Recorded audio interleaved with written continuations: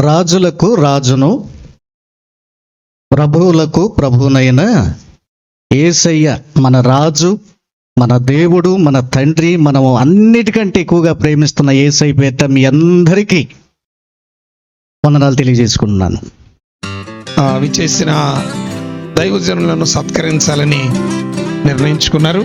మొట్టమొదటిగా ఈరోజు మనకు చక్కటి వాక్యాన్ని అందజేసిన దైవజనులు బిషప్ సుధీరయ్య గారిని మరి సత్కరించడానికి సంఘ బిడ్డలు సిద్ధంగా ఉన్నారు. అయ్య గారు వచ్చి అక్కడ కూర్చున్నట్లయితే నన్ను రండి, చప్పట్లు కొడదాం అందరూ ఒకసారి. అధ్యక్షులను సన్మానిస్తే మనల్ని సన్మానించినట్టే. దేవుని నామమున స్తోత్ర. ఓకేనా? ఆ తర్వాత దైవజనులు ఈ Tenali united masters and gospel workers association అధ్యక్షులైన శ్రీ కూచిపూడి అబ్రహాం గారిని సత్కరించడానికి సంఘస్థులు సిద్ధపడుతూ ఉన్నారు. చప్పట్లు కొడదాం అందరం ఒకసారి. దైవజనులు అసోసియేషన్ అధ్యక్షులు శ్రీ కూచిపూడి అబ్రహాం గారిని ఈ యొక్క సంఘస్థులు సత్కరిస్తూ ఉన్నారు. కూర్చోండి, కూర్చోండి, చప్పట్లు కొడదాం. దేవునికి మహిమ కలుగును గాక.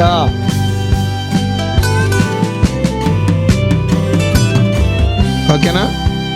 తర్వాత బ్యూలా మినిస్ట్రీస్ అధ్యక్షులు, క్రీస్తు విజయం టీవీ ఛానల్ వ్యవస్థాపకులు, ప్రియులు దైవజనులు జాన్ బాబు గారు, వారిని సన్మానించుటకు సత్కరించుటకు సంఘస్థులు ప్రేమతో వారిని ఆహ్వానిస్తూ ఉన్నారు. చప్పట్లు కొడదాం అందరూ ఒకసారి.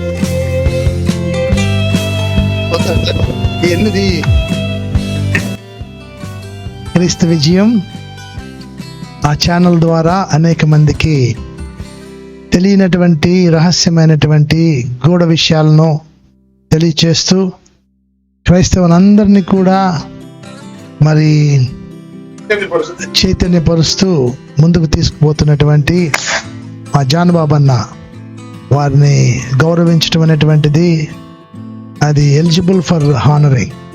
అలాగనే చివరివాడు ఆఖరివాడు కాదు, మొదటివాడు మరి మా పెద్దన్న ట్రంప్ లాంటి వాడు. అది రెవరెండ్ బిషప్ ఇచ్చారా భానుప్రసాద్ అన్నకి లేదు చేద్దాం ఆఖరికి. మనం ఎన్ని ఆయనకి ఆఖరిలో రండి వచ్చేసి చప్పట్లు కొట్టండి మనకి ప్లీజ్.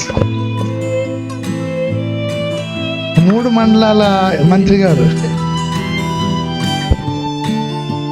రైట్, అందరూ చప్పట్లు కొడదాం, సంతోషంగా చప్పట్లు కొడదాం. దైవ సేవకులను ఘనపరచడం మనల్ని మనం ఘనపరచుకోవటమే. ప్రైజ్ ది లార్డ్, హల్లెలూయా.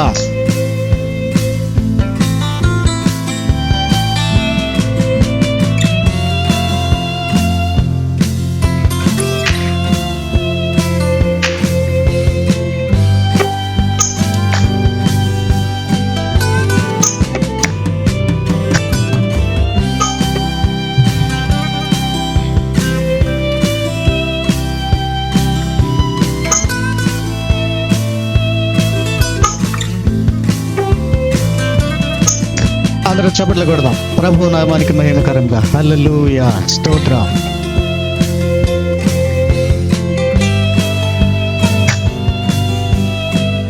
ఒక దైవజనుడు మనలందరినీ చేర్చుకుంటున్నాడు అంటే మనమందరం రావడం ఆ సంఘానికి, ఆ సహవాసానికి, ఆ కుటుంబానికి ఎంతో ఆశీర్వాదకరం.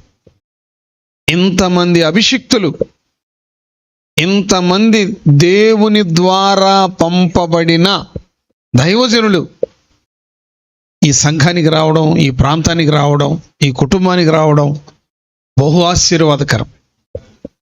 మరి అది నేను నమ్ముతున్నాను, విశ్వసిస్తున్నాను. కనుక మనం అందరం చక్కగా కలిసి రావడం, మరి అధ్యక్షులు వారు తీసుకున్న నిర్ణయానికి కట్టుబడి సహవాస ధర్మాన్ని నిర్వర్తిస్తూ చక్కగా ఐక్యత కలిగి ఏక మనసు కలిగి వాక్యానుసారంగా దేవుడు మనల్ని ప్రేమించి ఈ పట్టణాన్ని అప్పగిచ్చారు సువార్త ప్రకటించటానికి, శుభవర్తమానం తెలియజేయటానికి, అనేకులను దేవుని తట్టు త్రిప్పటానికి, కృంగిన వారి కోసం, నిరాశ నిస్పృహలో ఉన్న వారి కోసం ప్రార్థన చేయడానికి, ఆదరించటానికి, పరామర్శించటానికి, బలపరచటానికి దేవుడు మనల్ని ఆయన ప్రతినిధులుగా నిర్ణయించుకున్నారు. కనుక మనమందరం కలిసి పనిచేద్దాం. మనమందరం కలిసి క్రీస్తు రాజ్య వ్యాప్తి కొరకు ప్రయాసపడదాం. ఈలోపు ఎవరికన్నా ఏవైనా బలహీనత ఉన్నా, అవసరత ఉన్నా అశిష్యుని వారికి తెలియజేస్తే తప్పకుండా ముందు అందరం ప్రార్థన చేస్తాం. ఆ తర్వాత పెద్దల నిర్ణయం ప్రకారం ఏ విధంగా మేము మీకు సహాయపడగలమో, ఏ విధంగా మీకు సహకరించగలమో, ఏ విధంగా దేవుని నామంలో మీ పక్షంగా నిలబడగలమో కార్యాచరణ పెద్దలు నిర్ణయిస్తారు. ఆ ప్రకారం తప్పకుండా ఈ అశిష్యుని పక్షంగా మీకు సహాయ సహకారాలు అందిస్తామని మనవి చేస్తూ, మరి ఈ సహవాసంలో నేను ఒక సభ్యుడిగా మీ అందరికీ నూతన సంవత్సర శుభాకాంక్షలు తెలియజేస్తూ, నాకు సమయం ఇచ్చిన అధ్యక్షులు వారికి వందనాలు తెలియజేస్తూ నా సమయాన్ని వారికి అప్పగిస్తున్నాను.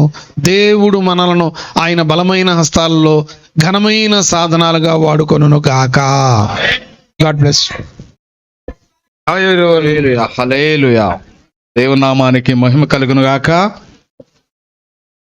మరి సమయాన్ని చాలా చక్కగా వినియోగించుకున్నటువంటి మరి మండల పాస్టర్స్ అసోసియేషన్ ప్రెసిడెంట్ గారు అయినటువంటి భానుప్రసాద్ అయ్య గారికి హృదయపూర్వక వందనాలు తెలియజేసుకుంటున్నాను. అదేవిధంగా ఇక్కడ ఉన్నటువంటి మరి జాన్ బాబు గారు, కటివరం నుంచి వచ్చినటువంటి జాన్ బాబు గారు కూడా వచ్చి ఒక 2 or 3 minutes. జాన్ బాబు గారు ఈయన ఆది కాలంలోనే నాకు బాగా పరిచయం ఉందా. ఈయన అబ్రహాం గారు. Thank you. కొంచెం నాకెళ్ళి తిప్పునానా 2 నిమిషాలు, తర్వాత డిప్పుకుంది కానీ. రైట్. రాజులకు రాజును ప్రభువులకు ప్రభువునైన యేసయ్య మన రాజు, మన దేవుడు, మన తండ్రి, మనము అన్నిటికంటే ఎక్కువగా ప్రేమిస్తున్న యేసయ్య పేరిట మీ అందరికీ వందనాలు తెలియజేసుకుంటున్నాను. అండ్ ఆల్సో మరి నాకు తెలిసి టౌన్ పాస్టర్స్ ఫెలోషిప్ ఈ కార్యక్రమాలు చేసే గతంలోనే కనీసం ఒక 20 సంవత్సరాల క్రితమే ప్రభుదాస్ గారి హయాంలో మేము ఒకటి మేనేజ్ చేసాం. ఆ తర్వాత నేను వేరే కారణాల ద్వారా నేను బ్యాక్ అయ్యాను. సరే, తర్వాత అది కాలక్రమంలో అట్లా కలిసిపోయినట్టు అయిపోయింది. Then this is first time town fellowship సహవాసంలోకి స్పెషల్గా నన్ను అన్న స్పెషల్గా ఇన్వైట్ చేశారు. అన్న పిలిస్తే ఇక నేను కాదనలేదు. సుధీర్ అన్నకి నేను ముందుగా థ్యాంక్స్ చెప్తున్నాను. ఇక్కడ కూర్చున్న పెద్దలు, గౌరవనీయులు, భవిష్యత్తులో దేవుడు ఆశీర్వదిస్తే మన ప్రాంతానికి ఎమ్మెల్యే కావాలి. కొత్త సంవత్సరంలో మేము కోరుకుంటున్నాం. దేవుడు మనకేం తెలుసు అన్న, గొర్రెలు కాచుకునేవాడు రాజు అవ్వలేదా? గొర్రెలు కాచుకునే ఆయన రాజు అవ్వలేదా? అసలు దావీదు ఊహిస్తాడా? ఆయన కార్యాలు, అద్భుతాలు, ఆశ్చర్యాలు. అట్లాగే ఏదేశ్వరి కింద క్షమించండి, మండల పాస్టర్స్ ఫెలోషిప్ అధ్యక్షులు కూడా ఉన్నారు ఇక్కడ. ఆయన ఒక మంత్రి కావాలి గనక సరే, దీన్ని మనం అర్థం చేసుకుని ముందుకు సాగుదాం. ఎట్లా ఉండాలి మనం? నువ్వు టౌన్లో చెయ్యి, విలేజ్లో చెయ్యి, సిటీలో చెయ్యి, అమెరికాలో చెయ్యి, ఇంకొక దేశంలో చెయ్యి. దేవుని ఎదుట సిగ్గుపడనక్కరలేని మనస్సాక్షితో పనిచేస్తున్నావా? కొత్త సంవత్సరం ప్రశ్న వేసుకోండి. కొత్త సంవత్సరంలో దేవుడు మనల్ని దీవించాలంటే సిగ్గుపడనక్కరలేని పనివానిగా నిన్ను నువ్వు దేవుని ఎదుట కనపరుచుకో. ఒకటి, నేను ముగించేస్తాను. కిందకి వస్తే మీరు 16వ వచనం ఏముందంటే, ఒక్క మాట గుర్తు చేయండి. అపవిత్రమైన ఒట్టి మాటలకు విముఖుడవై ఉండుము. మనలో ఉన్న ఫాల్ట్ ఇది. చాలాసార్లు మన విశ్వాసాలు గద్దిస్తాం. సరిగా ఉండండి, సరిగా జీవించండి, దేవుని మందిలో జాగ్రత్త కూర్చోండి, మాట్లాడబాకండి అంటాం. కానీ జాగ్రత్త, నేను ఈ దినాల్లో అబ్జర్వ్ చేస్తున్నానన్నా, సేవకుల్లో కూడా ఈ బలహీనత. ఎంత హోందాగా ఉండాలి, ఎంత రాయల్టీగా ఉండాలి. ఓరికి ఏదో ఒకటి మాట్లాడేస్తూ ఉంటాం, ఏదో ఒకటి మాట్లాడేస్తూ ఉంటారు. సభ జరుగుతుంది, వెనక కూర్చుని ఏదో మాట్లాడుతూ ఉంటారు. ఎంత నాన్సెన్స్ అండి ఇది, ఎంత సిగ్గుకరం అండి ఇది. అపవిత్రమైన మాటలు కూడా వస్తాయి అంటే ఈ మాట ఎవరికి రాశాడు? విశ్వాసులు కాదు, సేవకునికి హెచ్చరించాడు. సేవకుడా, చిన్నవాడా, యవనస్తుడా, జాగ్రత్త. అపవిత్రమైన ఒట్టి మాటల పరిచయం అన్న చాలా అంటే చిన్నోడేలేండి, బహుశా నాకు చిన్నోడే. మా పాస్టమ్మ గారికి బాగా అన్న అన్న అంటే వెళ్తా ఉండేది వాళ్ళప్పుడు. దేవునికి స్తోత్రం, మీకు కృతజ్ఞతలండి. నాకు ఈ చక్కని సమయం ఇచ్చారు. అన్న చెప్తే నేను వినాలనుకుంటున్నాను. ఈ మాటలు యేసయ్య మన వెనుకల్లో దీవించును గాక.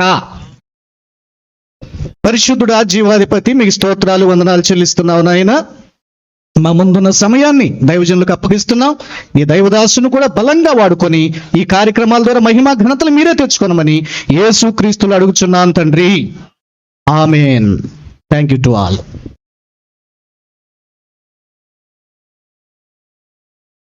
చక్కని మాటలు చెప్పినటువంటి రెవరెండ్ జాన్ బాబు గారికి మరి అసోసియేషన్ తరపున హృదయపూర్వక వందనాలు తెలియజేసుకుంటున్నాను.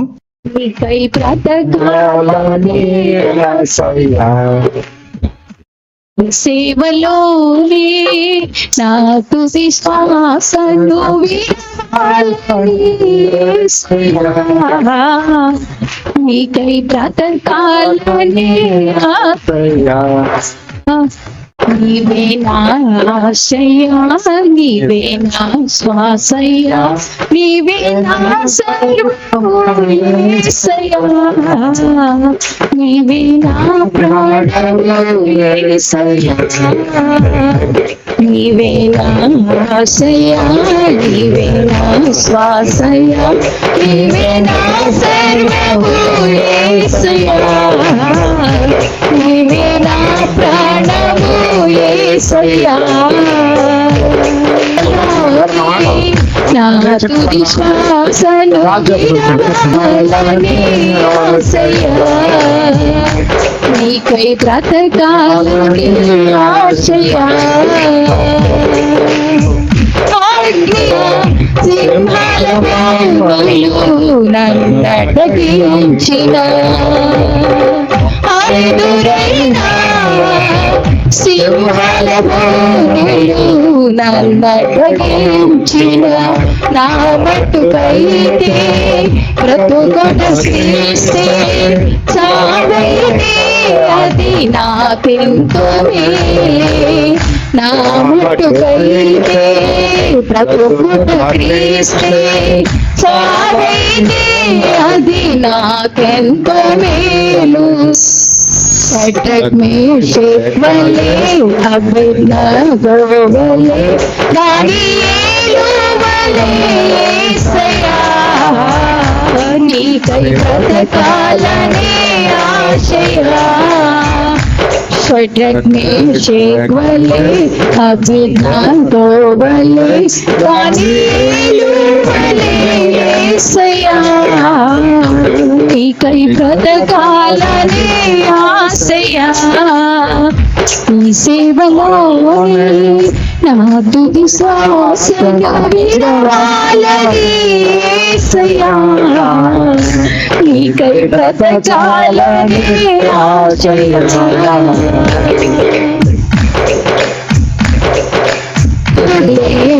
వలే సమరయ్యా స్త్రీ వలే సారి పట్టు స్త్రీ వలే యేసయ్యా, నీకై బ్రతకాలని ఆశయా. మగ్ధలేని వలే సమరయ్యా స్త్రీ వలే సారి పట్టు స్త్రీ వలే యేసయ్యా, నీకై బ్రతకాలని ఆశయా. సేవలోనే నా తుది శ్వాసను విడవాలని యేసయ్యా, నీకై బ్రతకాలని ఆశయా. నీవే నా ఆశయ్యా, నీవే నా శ్వాసయ్యా, నీవే నా నమ్మకమైన సత్య సాక్షులుగా నిలబడాలి ప్రభు. అయ్యా మీకు స్తుతులు నాయన, మీకు స్తోత్రాలు ప్రభు. నీ రాకడ కొరకు సిద్ధపడే క్రైస్తవులుగా ప్రజలందరూ రక్షణలోనికి నడిపించే గొప్ప భాగ్యము ప్రతి సేవకునికి దయచేయండి. పరిశుద్ధాత్మ అభిషేకముతో నింపండి. దైవావేశంతో ప్రతి విషయంలో ఖండిస్తూ ప్రభు, వాక్యాన్ని చెప్తూ ప్రభు, వాక్యానుసారమైన జీవితాల్లోకి నీ బిడ్డలు నడిపించే కృప ప్రతి దైవ సేవకునికి దయచేయండి ప్రభు. మా ప్రియులు భానుప్రసాద్ గారు అసలు అసలు అప్పుడే వచ్చేసేసింది మంత్రి పదవి. కొనిచేటి రోసీ గారిలా కనపడుతున్నాడు నాకు చూడ. అవునా?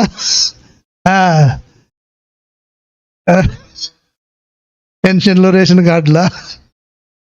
అలాగనే మొన్న జాన్ బాబు అన్నకి మంచి క్రైస్తవ మీడియా ఇన్ఛార్జ్ బ్యూలా మినిస్ట్రీస్ వారు కూడా is a man with a great zeal.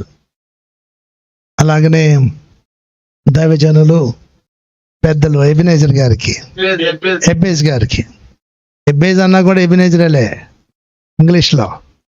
అలాగనే దానియేల్ గారికి, అహరోన్ గారికి ప్రత్యేక ధన్యవాదాలు. అందరికీ యేసయ్య నామములో నూతన సంవత్సర శుభాకాంక్షలు తెలియజేస్తున్నాను.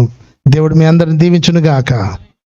మొదటి స్థానమును దేవునికి ఇవ్వాలి. ఆమెన్ చెప్పండి. మొదట మనం ఏమి చేయాలంటే ఆయన నీతిని, ఆయన రాజ్యమును వెతకాలి. ఎన్నో ప్రణాళికలు మనం వేసుకుంటాం, ఎన్నో ప్రోగ్రామ్స్ మనం వేసుకుంటూ ఉంటాం. కానీ ఈ ప్రోగ్రామ్స్ అన్నిటికంటే గొప్పవాడు ఎవరు తెలుసా? మన దేవుడే. అందుకనే మన ప్రోగ్రాంలో ఏమి రాసుకోవాలంటే మొదటిగా ఆయన నీతిని, ఆయన రాజ్యమును వెతకాలి. అందుకనే ఆయన నీతిని, ఆయన రాజ్యాన్ని వెతకాలి అంటే మనం ఏం చేయాలంటే దేవునితో మన సంబంధాన్ని పెంచుకోవాలి. We need to build up our relation with God. ఉదయమున నా ప్రార్థన నీ సన్నిధిని సిద్ధము చేసి కాచేయుదును. ఉదయమున అంటే మొట్టమొదటి దినము ప్రారంభములో మనం ఏమి చేయాలి? ప్రార్థనలో మనము గడపాలి. 3వ వచనములో ఏముంది సవా? 3వ వచనం చదవండి. నా కంఠ స్వరము నీ సన్నిధిలో సిద్ధము. దావీదు రాజు ఉదయమున దేనికో కనిపెడుతున్నాడంటే దేవుని యొక్క నీతి కోసం కనిపెడుతున్నాడు. దేవుని ముఖ దర్శనమును చూడాలనేటువంటి ఆశ కలిగి ఉన్నాడు. నువ్వు ఎలా ఉండాలంటే నూతన సంవత్సరంలో నువ్వు ప్రారంభించినప్పుడు నీ క్రియలు నూతనపరచబడాలి అంటే, నీ ఆలోచనలు నూతనంగా ముందుకు పోవాలి అంటే నువ్వేం చేయాలి తెలుసా? వేకువనే నీ కంఠస్వరమును దేవునికి వినపడనేయాలి. ఆమెన్ చెప్పండి. ఎవరికితో మాట్లాడినప్పుడు మొదటగా నువ్వు దేవునితో మాట్లాడే, ఇతరులతో మాట్లాడాలి. అందుకని అంటాడు దావీదు, అంటాడు తెలుసు, నా ప్రాణమా యెహోవాను సన్నతి. ఎవరితో చెప్తున్నాడు దావీదు? నువ్వు ఎలా మాట్లాడతావో దేవుడు నీ ప్రార్థనలకు ఇస్తాడు. హల్లెలూయా చెప్పండి. ఆదికాండం 28వ అధ్యాయము 21వ వచనములో చూడండి, యాకోబు అంటున్నాడు, నేను క్షేమముగా వచ్చినట్లు దేవుడు నాకు తోడైయుండి నేను వెళ్ళుచున్న ఈ మార్గములో నన్ను కాపాడి తినుటకు ఆహారమును వస్త్రమును యెహోవా నాకు తోడై. ఆమేన్ చెప్పండి. నీవు నీ మార్గములో, నీ ప్రయాణములో, యువర్ మినిస్ట్రీ జర్నీ, నీ ప్రయాణం, నీ యొక్క ఆలోచనలో, నీ ప్రణాళికలలో ఎవరు తోడై ఉండాలి నీకు? దేవుడు తోడై ఉండులాగన. హల్లెలూయా చెప్పండి. ఆయన తోడై నీకుంటే నీకు తినటానికి ఆహారము, వస్త్రము ఏది కూడా, అందుకన్నట్టు యెహోవా నా కాపరి నాకు లేమి కలగదు. పాస్టర్లందరూ కూడా మనం ఏం చేయాలంటే, this is very simple word. మనము ఉదయమున ఏం చేయాలి? వేకువనే దేవునితో మాట్లాడాలి. నూతన సంవత్సరంలో మొదటగా నువ్వు చేయాల్సింది ఏమిటంటే, ఆయన నీతిని ఎతకాలి. ఉదయముననే నీ కంఠస్వరాన్ని దేవునికి వినపడాలి. దేవుడిని నువ్వు వెతకాలి. ఆమెను చెప్పండి. రెండవది నువ్వేం చేయాలి? లేవియ కాండము 23వ అధ్యాయము 7వ వచనం చదవండి. మొదటి దినమున మనము ఎలా కూడాలి? పరిశుద్ధ సంఘముగా కూడాలి. ఆమెను చెప్పండి. మొదట మనం ఎలా కూడాలి? పరిశుద్ధ సహవాసములో మనం ఉండాలి. దేవుని పరిచర్యలో ఉండాలి. సహవాసములో మనం కలిసి ఉండాలి. ఏ సహవాసము? దేవుని సహవాసములో ఉండాలి. ఎప్పుడైతే నువ్వు సహవాసములో ఉంటావో, ఏ జీవనో పది పైనను ఏ పని అయినను కూడా నువ్వు చేయకూడదు. ఏ వ్యాపారము చేయకూడదు, నువ్వు ఏ ఆలోచన చేయకూడదు. నీవు దేవుడు పిలిచినటువంటి ఆ పరిశుద్ధుల పిలుపులో, ఆ సహవాసములో నువ్వేం చేయాలి?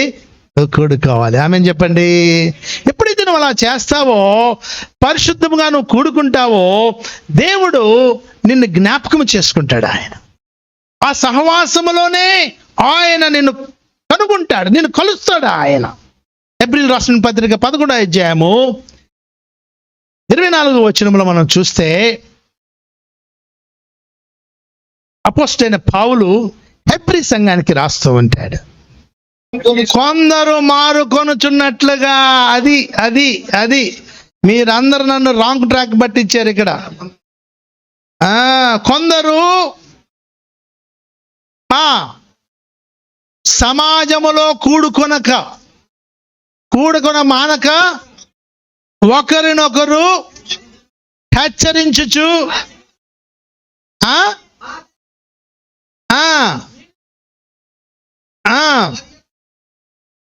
ఎక్కువగా లాగు చేయొచ్చు. ఆమెను చెప్పండి. దేవుని పరిచర్య విషయంలో మనం చురుకుగా ఉండాలి. పరిశుద్ధుల సహవాసం, ఎక్కడైతే దేవుని సువార్త వినిపించబడాలో, ఎక్కడైతే దేవుని సువార్తలో మనం ఉండాలో, ఆ యొక్క పరిశుద్ధుల సహవాసంలోనికి మనము ఎప్పుడు కూడా ఉండటానికి మనం ప్రయత్నించాలి. ఆమెను చెప్పండి. ప్రియమైన దేవుని బిడ్డలారా, ఎన్ని అడ్డంకులు వచ్చినా, ఎంత సమస్యలు వచ్చినా కూడా మనం అందరము కూడా ఒకే ఒక సహవాసం క్రింద మనం ఉండాలి. నిన్నటి దినమున అద్భుతంగా జరిగింది మండల పాస్టర్స్ సమావేశం. నేను వాచ్ చేసిన దాన్ని, జాన్ బాబు అన్న అది పంపించినప్పుడు నేను చూస్తా ఉన్నా. It went very well.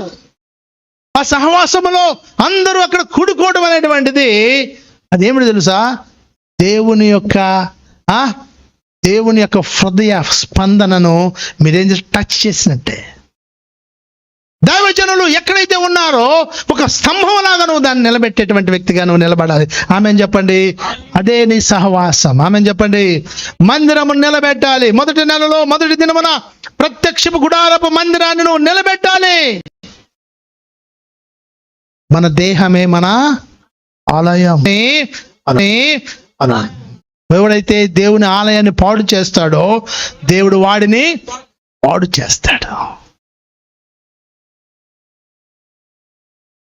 ఎప్పుడు పాలు గారు ప్రారంభించారు తెనాలి పాస్టల్ అసోసియేషన్ని, కొనసాగిస్తూనే ఉన్నాం. రూపస్ పాలు గారు, గడ్డెన్ థామస్ గారి దగ్గర నుండి, అందులో మేము అప్పుడు చిన్నోళ్ళం. నెడుతూనే ఉన్నాం. ఎన్నో చీలికలు అయిపోయినాయి. బాధపడుతూ ఉంటాం, కష్టపడుతూ ఉంటాం. మనసులో ఇబ్బందులు వచ్చినప్పటికీ కూడా ఎప్పుడు కూడా అడుగు తీసి బయట వేయలేదు. నేను ఆమెను చెప్పండి. నేను ఒకటే చెప్పా, అబ్రహాం కూడా చెప్తా, ఎంతమంది వచ్చినా మనం దానిని కొనసాగిద్దాం. మనం ఆలయముగా దేవుడు మనల్ని కట్టాడు. ఆయన కట్టింది ఇది. ఆయన కట్టిన దానిని ఎవడు పాడు చేయడానికి వీలులేదు. ఎవడైతే దీన్ని పాడు చేస్తాడో వాడే దేవుడు వాడిని పాడు చేస్తాడు. ప్రియమైన దేవుని బిడ్డలారా, ఇది ఒక మందిరము, మనమందరం దేవుని బిడ్డలము. హిజ్కియాతో అంటాడు దేవుడు 2వ అధ్యాయం 1వ వచనం, నరపుత్రుడా నీవు చక్కగా నిలబడు. హల్లెలూయా చెప్పండి. నువ్వు నిలబడాలి, నువ్వు చక్కగా నిలబడాలి. నీలో వంకర టింకర పనులు ఉన్నాయి అనుకో, నిన్ను ఆయన పక్కన పెట్టేస్తాడు. నిన్ను ఆయన ఎన్నుకున్నాడు, ఆయన పిలుచుకున్నాడు. ఆమె చెప్పండి. నువ్వు నట్టోడు, నువ్వు పనికి మాలినాడు, నోటి మాంచము కలిగినటువంటి వాడు అయినప్పటికీ కూడా నువ్వు నాకు కావాలి. ఆమె చెప్పండి. నిన్ను వాడుకుంటాడు, నీకు కర్రిస్తాడో లేకపోతే నిన్ను దిగమంటాడో. మోషేకి ఏమిచ్చాడు? కర్ర ఇచ్చాడు. ఏమిచ్చాడు మోషేకి? ఏమన్నాడు? కర్ర ఇసిరేయమంటాడు. ఆ కర్ర ఇసిరేయమనగానే ఏమైపోద్ది? కర్ర పాము అయిపోద్ది. యెహోషువ దగ్గరికి వచ్చేలేక ఏమంటాడు? యొర్దాను నది ఒడ్డు వచ్చేలేకే నువ్వు దిగమంటాడు. ఒరే బాబు నాకు ఈత రాదురా అంటాడు ఆయన. నువ్వు మోషే కర్ర ఇచ్చావుగా, నాకెందుకు ఇంకొక కర్ర, నేను ఇసిరేసేవాడినిగా అంటాడు. మోషే నేను నీతో ఏదైతే చెప్తున్నాను, జోషువా నీకు నేను ఏదైతే చెప్తున్నానో నువ్వు అది చేయి. మొదటగా నీ అడుగు యొర్దాను. బాబు యొర్దాను బాగా పారుతుంది, కొట్టుకుపోతామేమో. నేనేదైతే నీతో చెప్పానో నువ్వు అది చెయ్యి. ఆమె చెప్పండి. దేవుడు ప్రతి ఒక్కరిని ఆయన నిలబెట్టుకుంటాడు. నువ్వు నిలబడగలగాలి. నువ్వు నిలబడితే ఆయన గొప్ప కార్యాలు నీతో చేస్తాడు. ఆమె చెప్పండి. అందుకని దేవుని మీద భారమయ్యా.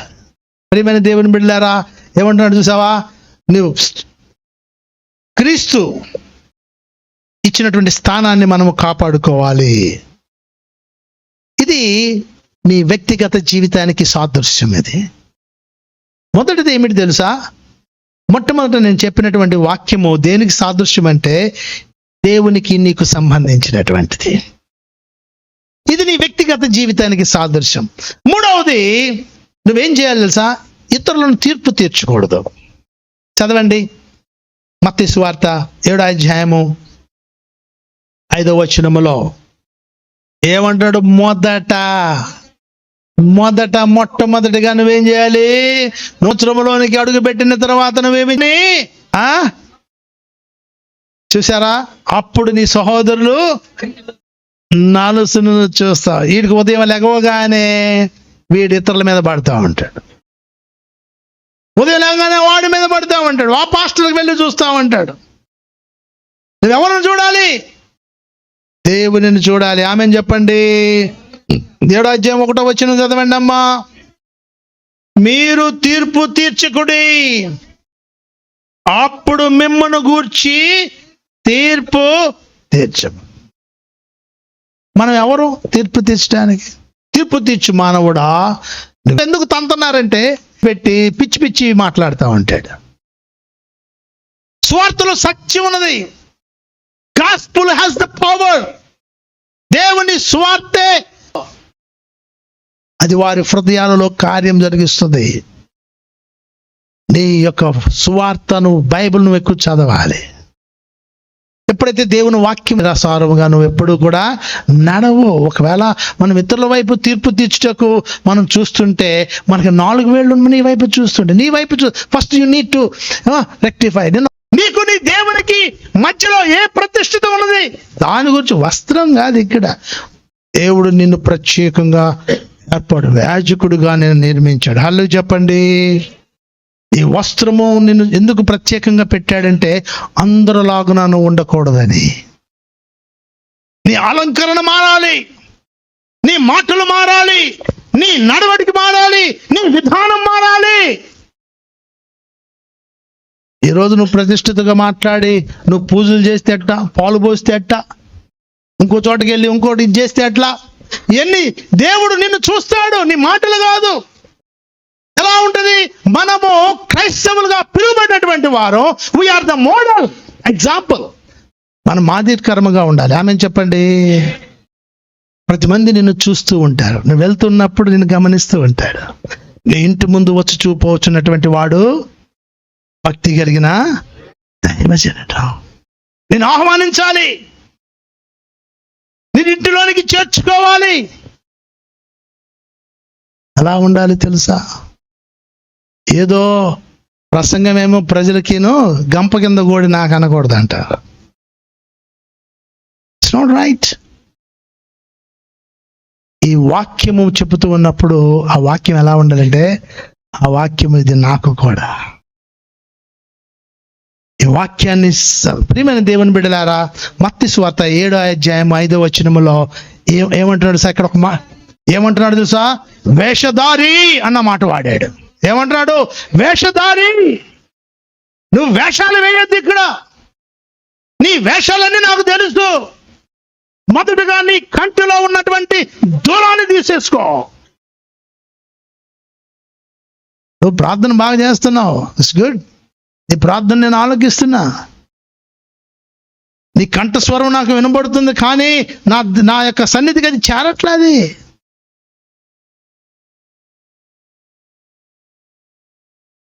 ఒక ఆమె చనిపోయి పరలోకానికి వెళ్ళిందంట. యేసయ్య అన్నాడంట అక్కడ ఆపి, నువ్వు ఏ సంఘం నుండి వచ్చావు అన్నాడంట. ఇదిగో ఈ సంఘం నుండి వచ్చానండి, అది ఎత్తబడే సంఘం అని రాయబడింది అన్నాడు. ఈ ఎత్తబడే సంఘం నుండి వచ్చానండి అన్నాడంట. అక్కడ అందరూ ప్రార్థన చేస్తున్నారు చూడన్నారంట. అందరూ పెద్ద పెద్దగా మొర పెడుతున్నారంట. పెద్ద పెద్దగా మొరపెట్టి కేకలేస్తున్నారంట. అమ్మా అవి వినపడుతుంటే నాకేం వినపట్టలేదండి అన్నాడు. పెద్ద పెద్దగా అరుస్తున్నట్టున్నారు వాళ్ళు. ఏమంటే వినపడుతుందంటే నాకు వినపట్టలేదు అన్నట్టు ఆమె. చూడమ్మా వాళ్ళందరూ మీ సంఘమే పెద్ద పెద్దగా కేకలు. అవునయ్యా నాకు వినపట్టలేదయ్యా ఏందోనని. పక్కన ఒక చిన్న గుడిసెలో చిన్న సంఘం ఉందంట. ఏడుస్తున్నారంట. అది చూడమ్మనంట. ఆ స్క్రీన్ ఓపెన్ చేశాడంట. అయ్యా ఇది బాగా వినపడుతుంది అయ్యా నాకంత. మరి ఇక్కడ 2000-3000 మంది ఉన్నారు, వీళ్ళందరూ ఏడుస్తున్నారు, ఇక్కడ ఎందుకు వినపడలేదు? నువ్వు ఆ సంఘం నుండి వచ్చావుగా అనంట. గుండె మిగిలిపోయిందంట. అయ్యా ఎందుకు వినపడలేదు అయ్యా, ఏమోనయ్యా మీరు అరుస్తున్నారు కానీ అది నా దగ్గరికి చేరట్లా. ప్రయాసపడుతున్నారు కానీ నీ ప్రయాసము క్రీస్తులో వ్యర్థమైపోతుంది. అది చేస్తున్నారు కానీ ప్రోగ్రామ్సే కానీ it is not real work of God. Programming గానే ఉంది కానీ దేవుని సంతోషపెట్టేటువంటి పని కాదు అది. ప్రోగ్రామ్స్ వద్దు మనకి. దేవునితో మాట్లాడాలి. ఎవరిని మనం తీర్పు తీర్చకూడదు. ప్రియమైన దేవుడు, వేషధారి మీ కంటిలో ఉన్నటువంటి తీసివే. అదే విధముగా మనం ఎదుటివాని విషయం మనం చూస్తున్నప్పుడు ఎదుటివాని దృష్టి వైపు మనం చూస్తున్నాం. యేసయ్య ఏమన్నాడు? జక్కయ్యని ఏమన్నాడు తెలుసా? జక్కయ్యని ఏమన్నాడు? అబ్రహాము కుమారుడా అన్నాడు. ఆ ఊరంతా వాడికి తీర్పు తీర్చాడు. వీడు వికెట్ మ్యాన్, వీడు పనికి మాలినోడు, వీడు దొంగ అన్నాడు. యేసయ్య ఏమంటాడు? అబ్రహాము కుమారుడా అన్నాడు. సమరయ స్త్రీని ఏమన్నాడు ఆయన? అమ్మా అన్నాడు. అల్లు చెప్పండి. సమరయ స్త్రీ ఎవరు పట్టించుకోలేదు, ఎవరు ఆమె వైపు చూడలేదు, కానీ యేసయ్య ఏమంటాడు? అమ్మా అంటాడు. జక్కయ్య ఏమంటాడు? అబ్రహాము కుమారుడు. అబ్రహాం కుమారుడు అయ్యాడు. దేవుడు చూచినట్లు నువ్వు చూడాలి. ఆయన దృష్టిలో నువ్వు ఉండాలి. ఆయన కళ్ళు చూడాలి నువ్వు. ఈరోజు ఒకడు 5,000 కాదండి, రేపు దేవుడిని ₹1,00,000 ఇస్తాడు,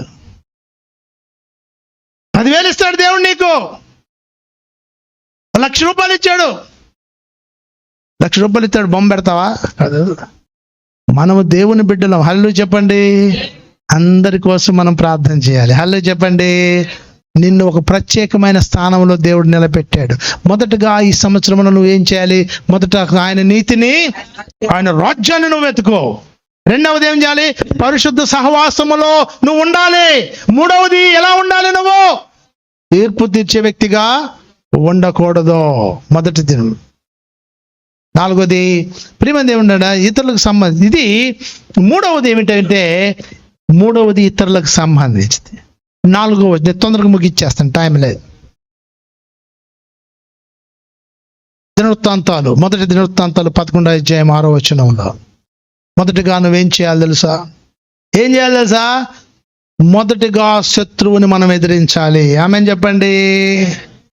శత్రువుని ఎదిరించాలి. ముఖ్యమైన స్థానాన్ని మనము పొందుకోవాలి. ఏమంటున్నాడు తెలుసా ఇక్కడ? ఎవడు యెబూసీయులను హతము చేయును వాడు ముఖ్యుడు, వాడే సైన్యాధిపతి, వాడే వారియర్, వాడే వీరుడు, యోధుడు, పరిచారకుడు, సైనికుడు,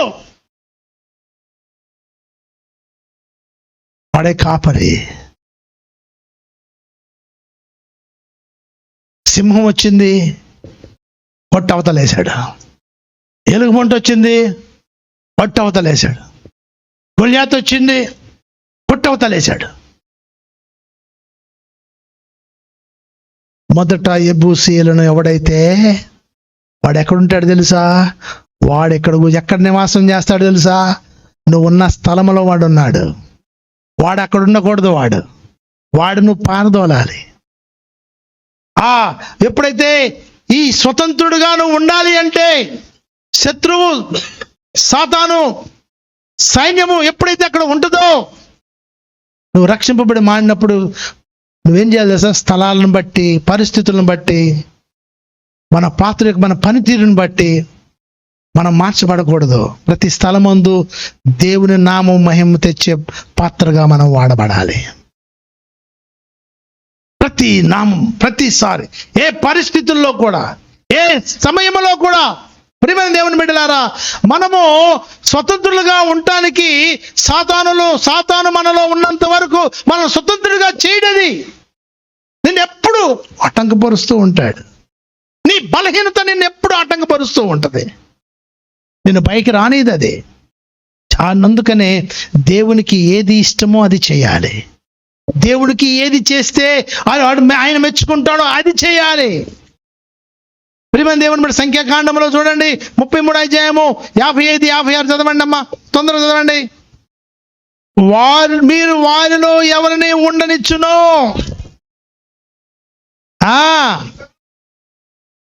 నీ కన్నుల్లో శూలముగాను మిమ్మలను బాధ పెట్టెదరు. ఆమేన్ చెప్పండి. దీని ఆత్మీయ అర్థం ఏంటి తెలుసా? మీరు ఒకసారి దేవుని ద్వారా బయటికి వచ్చిన తరువాత ఇంకా పాత జీవితాలు మీ జీవితంలో ఉండకూడదు. పాత విధానాలు మీ జీవితంలో ఉండకూడదు. పాత ఆచారాలు మన జీవితంలో ఉండకూడదు. పాత కట్టుబాటు మన జీవితంలో ఉండకూడదు. ఎందుకంటే అందులోనే 51వ వచనం పైకి చదవండి, పైన చదవండి, ఒక మాట మీకు అర్థమవుద్ది. మోషేతో చెప్తున్నాడు, ఇశ్రాయేలుతో చెప్పింది, వా దేశములో నివాసులందరినీ మీ ఎదురు నుండి వెళ్ళగొట్టండి, వారి ప్రతిమలను నాశనం చేయండి.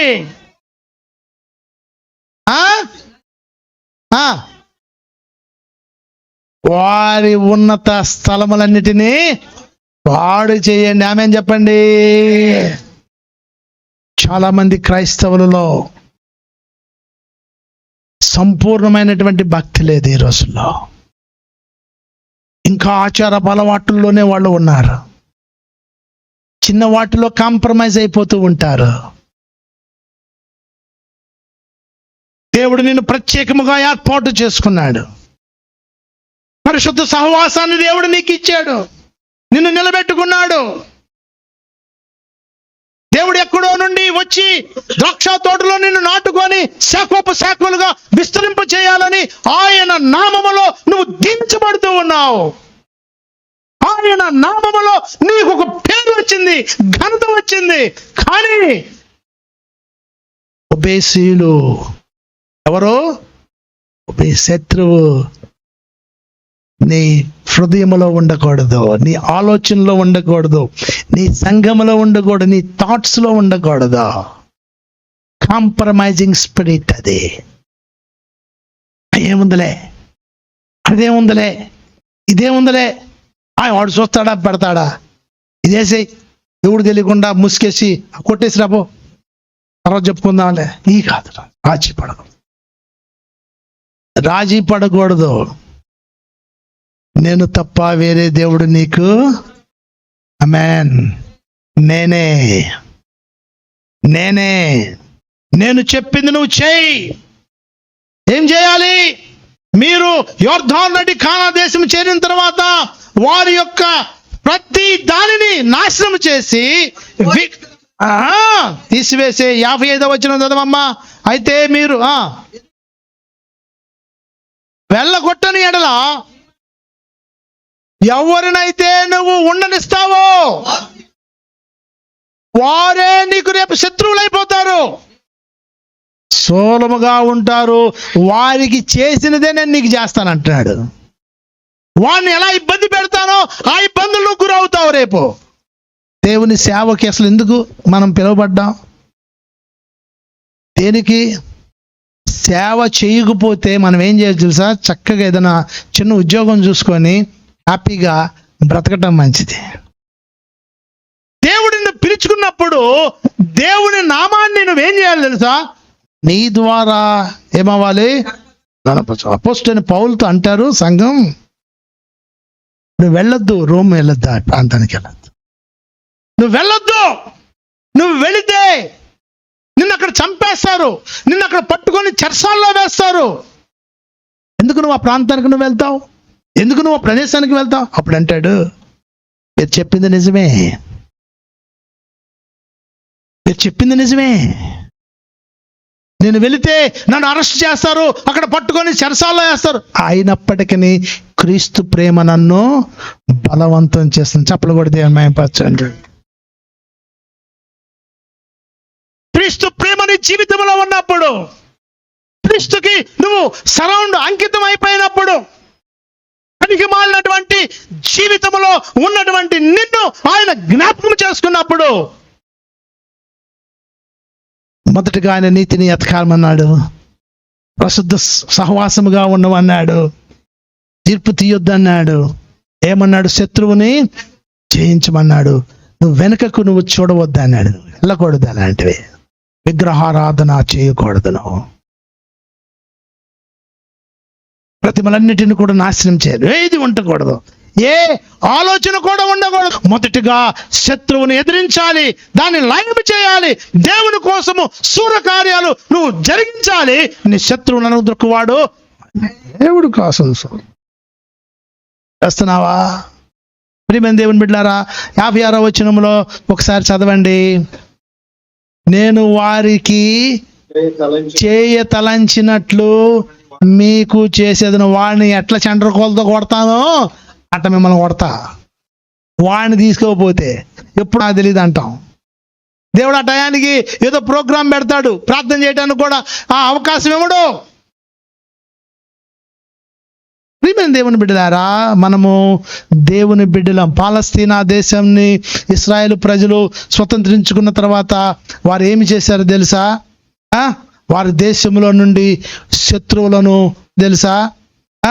వారి దేశంలో నుండి శత్రువులను వారు కాలేబుని స్వతంత్ర చూసి రమ్మని పెట్టినప్పుడు ఏమన్నారంటే, అవును ఆ దేశంలో ఉన్నత దేహులు ఉన్నారు, మనము ఆ దేశాన్ని స్వతంత్రించుకోవాలంటే ఆ ఉన్నత దేహులను మనం ఏం చేయాలి? సంహరించాలి అంటాడు. We have to capture the giants.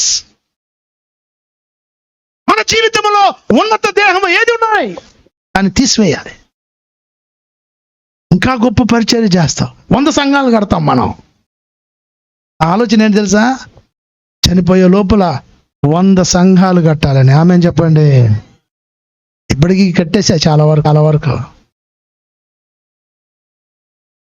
ప్రియమైన దేవుని బిడ్డలారా, అపవాదిని ఎదిరించుడి, అది మీ దగ్గర నుండి పారిపోదు. ఇది ఆత్మీయ జీవితానికి సాదృశ్యం. 4వది, చివరిది, ఆఖరిది, క్లోజ్ చేస్తున్నా. ప్రెసిడెంట్ గారు భోజనం చేయకుండా కూడా వెళ్ళిపోతాడు ఇంకొక అరగంట చెప్పారంటే. చివరిది, ఆఖరిది, ఏబు గ్రంథము 8వ అధ్యాయము 7వ వచనం. ఇది రిజల్ట్ మనది. నువ్వు చేస్తే ఇది రిజల్ట్, నువ్వేం పొందుకుంటావు? నూతన సంవత్సరంలో నీవే రకంగా అభివృద్ధి చెందుతావు అన్నటువంటిది. అప్పుడు నీ స్థితి మొదటగా కొద్దిగా ఉన్నప్పటికీ చివరికి నువ్వు ఎలా ఉంటావు? మహాభివృద్ధి పొందుతావు. ఆమేన్ చెప్పండి అందరూ.